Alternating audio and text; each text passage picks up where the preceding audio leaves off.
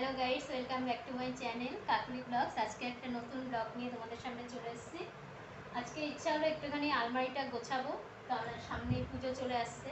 তো পুজোর আবার শাড়ি টাড়ি হবে, সেগুলো আবার রাখতে হবে। দেখো আলমারিটা পুরো ঠাসা শাড়ি ভর্তি হয়ে গেছে। এখন কোথায় রাখবো জানি না, দেখি কিছু পুরনো শাড়ি একটু বের করে রেখে দেবো, কাউকে দিয়ে দেবো। ওই দশমীতে ঢাকির লোকেরাও আসে, ওনাদেরকেও দেওয়া যাবে। আবার আমাদের বাড়িতে যে দিদি আসে রোজ আর কি মোছা টোছা করে, মোছামুছির কাজ করেন, ওনাকেও আমি অনেক শাড়ি এর আগেও দিয়েছি।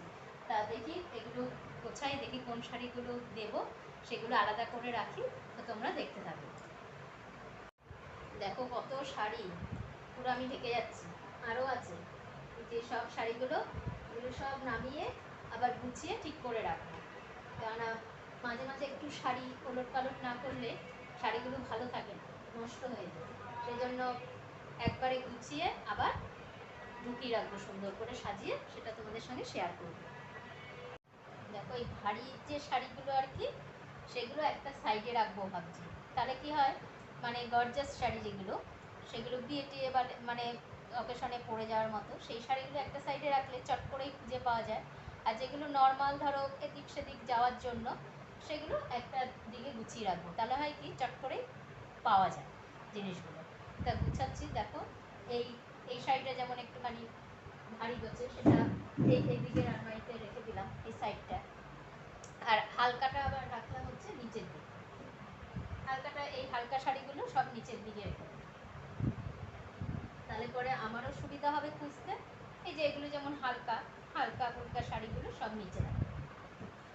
তাহলে কি হবে, আলমারিটাও বেশ ফাঁকা হয়ে যাবে, মানে একটা সাইডে জায়গা পাওয়া যাবে, এটাই হচ্ছে মেন কথা। এবার শাড়িগুলো ঠিক এইভাবে রাখবো, ভাঁজ করে, একটু অন্যরকম করে, তাহলে দেখতেও ভালো লাগে, মানে একই রকম আবার ভালোও লাগে না দেখতে। সেই জন্য এই শাড়িগুলো এইভাবে ভাঁজ করে রেখে দেবো, মানে দুটো ভাঁজ করে আর কি, এরকম সরু করে বেশ দেখতে সুন্দর লাগে শাড়িগুলো।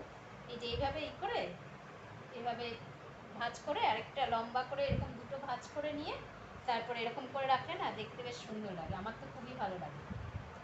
এই যে এইভাবে রাখলে পরে, এইভাবে শাড়িগুলো এইভাবে রাখলে পরে খুব ভালো লাগে, বেশ পরপর থাকভাবে থাকবে। আগে গুছিয়ে নিই, আবার তোমাদের সঙ্গে শেয়ার করবো। দেখো বন্ধুরা, এরকমভাবে সাজানোতে কত, মানে জায়গাটাও কিন্তু অনেকটা মানে হয়ে যাচ্ছে, মানে বেশি জায়গা নিচ্ছে না শাড়িগুলো, অথচ অনেক শাড়িও রাখা যাবে আর দেখতেও সুন্দর লাগছে। এইভাবেই রেখে দিই সব কটা শাড়ি, তাহলে পরে জায়গাটা অনেকটা মানে পাওয়া যাবে আর কি, অন্যান্য শাড়ি আবার রাখা যাবে। দেখো মোটামুটি শাড়িগুলো মানে গোছানো হয়ে গেছে, নিচের তাকটা তো হয়ে গেছে, পরে আমি তোমাদের পুরোটা দেখাচ্ছি, শেয়ার করছি। এরপর এই যে ন্যাপথলিনগুলো দিয়ে দিচ্ছি। ন্যাপথলিন দিলে পরে কি হয়, শাড়িগুলো ভালো থাকে আর কি, পোকা টোকা কাটে না, এইরকম আর কি। এই জন্য ন্যাপথলিন আলমারির ভেতরে ন্যাপথলিন দিয়ে রাখছি। আমি ন্যাপথলিন দিয়ে রাখি আলমারির মধ্যে, তাহলে ভালো থাকে শাড়ি জামা কাপড়। তো দেখি এবার ওপরের তাকটাকেও, ব্লাউজ সায়া আছে ওগুলোকে গুছিয়ে সুন্দর করে একটা সাইড করে রাখতে পারলে, তাহলে এই তাকটা ফাঁকা হয়ে গেলে মানে যেগুলো ভারী শাড়ি সেগুলো ভাবছি হ্যাঙ্গারে ঝুলিয়ে রাখবো, তাহলে ভালোও থাকবে শাড়িগুলো। দেখো আমার আলমারি গোছানো পুরো কমপ্লিট হয়ে গেছে। এখানে সুন্দর করে মানে কাপড়গুলো সাজিয়ে রেখেছি, হ্যাঙ্গারে ঝুলিয়ে রেখেছি যাতে ভালো লাগে দেখতে। আর এই দিকে ওই টুকিটাকি সমস্ত জিনিসপত্র আছে, তো ওই জন্য ঢেকে রেখেছি টাওয়ালটা দিয়ে। আর এদিকে সব দু সাইডে তোমার হচ্ছে ব্যাগ, দু সাইডে ব্যাগগুলো ঝুলিয়ে রেখেছি, নাহলে আর কোথায় রাখবো বলো। আর এই নিচের তাকে দেখতেই পাচ্ছ, এদিকে হচ্ছে হলো সব ব্লাউজগুলো রেখেছি, আর নিচে এক সাইডে হচ্ছে শাড়ি আর এক সাইডে সায়াগুলো রেখে দিয়েছি সুন্দর করে সাজিয়ে। আর নিচের তাকেও, একদম নিচের তাকটাতেও অর্ডিনারি বললামই, নর্মাল যে এদিক ওদিক যাওয়ার জন্য যে সমস্ত শাড়িগুলো সেইগুলো গুছিয়ে রেখেছি নিচের তাকটাতে।